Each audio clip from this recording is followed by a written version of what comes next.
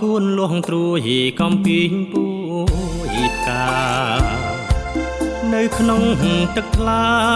វងមច្ឆាគៀងគូត្រសងមលុបថ្នោតមាត់ដឹងបងគេងកាយភ្លើងនួនល្អសូរសៀងសំនៀងផ្ដោះផ្ដោវិញជាចំណងស្នេហាកៃមេឃស្រឡះប៉ះពពកខ្មៅថ្ងៃលិចផុតទៅបនសល់នៅរឿងទុកខ្លោចផ្សាក្តីស្នេហ៍អង្គភពកម្មតាមពុះរត់ជីវ៉ាសល់តែក្លិនជាប់នាសាស្រណោះហត្ថាធ្លាប់បីត្រកង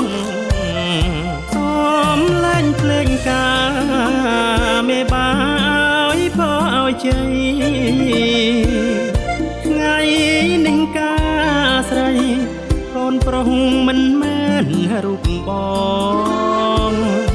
ញាតិមិត្តប្រុសស្រីចូលរួមអបអើងកងបងត្រឹមឈរមាត់របងលួចមើលនួនល្អងកំពុងក្រាបផ្ទឹមបេះដូងឈឺផ្សាថ្ងៃណារសាយទ្រង់ស្ទើរប្រែធ្លាយស្រស់ឆោមឆាយរៀបការចោលបងអស់ក្តីសង្ឃឹមចិត្តបងសោកសៅកូននងលុបថ្នោតរងចាំនួនល្អបងចាំមាសស្ងួនក្រែងអូនវិលវិញ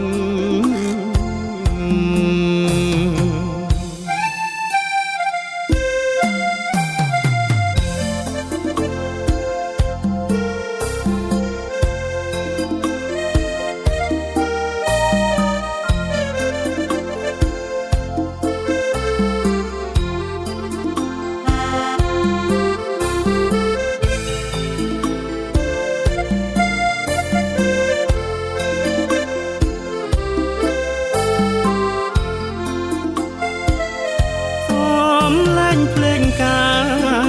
រមេបាឲ្យพ่อឲ្យជ័យថ្ងៃនឹងការស្រីកូនប្រុសមិនមែនរូបបងញាតិមិត្តប្រុសស្រីចូលរួមអបអើងក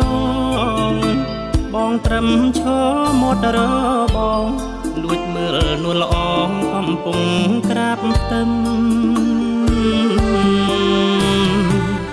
បេះដូងឈឺផ្សាថ្ងៃណារសាយទ្រង់ស្ទើរប្រែធ្លាយស្រស់ឆោមឆាយរៀបការចោលបងអស់ក្តីសង្ឃឹម